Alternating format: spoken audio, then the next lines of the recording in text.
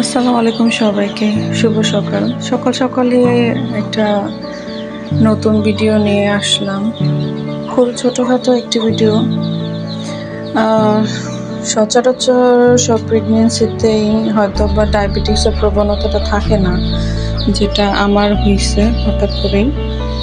আমার ফার্স্ট প্রেগনেন্সিতে কখনোই এরকম কোনো কিছু ছিল না, ডায়াবেটিস বা থাইরয়েডের সমস্যা। বাট এবার সেকেন্ড প্রেগনেন্সিতে আমার থাইরয়েডের সমস্যা অ্যান্ড ডায়াবেটিক্সের সমস্যাটা হালকা একটু দেখা দিয়েছে, যার কারণে আর কি প্রতিদিন বা প্রতি সপ্তাহে আমাকে 2 থেকে 3 বার এরকম করে ডায়াবেটিস চেক করতে হয়। তাই বাসায় আমি নিজে একটা মেশিন কিনে নিয়ে আসছি। আমি একা একাই টেস্ট করি। নিজের গায়ে নিজে সূচ ফোটাতে যে এতটা ভয় লাগে, অনেক কষ্ট হয়। আমার মতো হয়তো বা অনেক মেয়েরই সচরাচর আর কি সুই দেখলে ভয় লাগে, ইঞ্জেকশন দেখলে ভয় লাগে। এখন নিজের ভয়কে জয় করে নিজের গায়ে এখন সুই ফুটাই প্রতিদিন, সকালে, খাবারের পরে, দুপুরে, রাতে। কিছু করার নাই।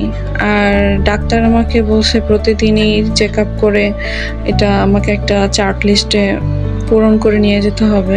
যেহেতু আমার সি সেকশন করা হবে, তো সি সেকশনের জন্য আমার গায়ের অবশ্যই সুগার লেভেলটা কম রাখতে হবে, নয়তো সিজার করা পসিবল হয় না অনেক সময়।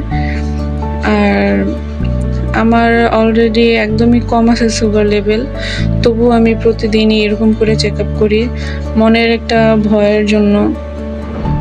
আমার মতো কে কে আছেন যারা প্রেগনেন্সিতে এরকম ভোগান্তিতে ভোগেন সবসময়? আমাকে অবশ্যই একটু কমেন্ট করে জানাবেন। আর কে কোন জায়গা থেকে আমার ভিডিওগুলো দেখেন অবশ্যই সেটা কমেন্ট করবেন। আর আমার জন্য সবাই দোয়া করবেন, কারণ সামনেই আমার সি সেকশনের ডেট পড়ে গেছে।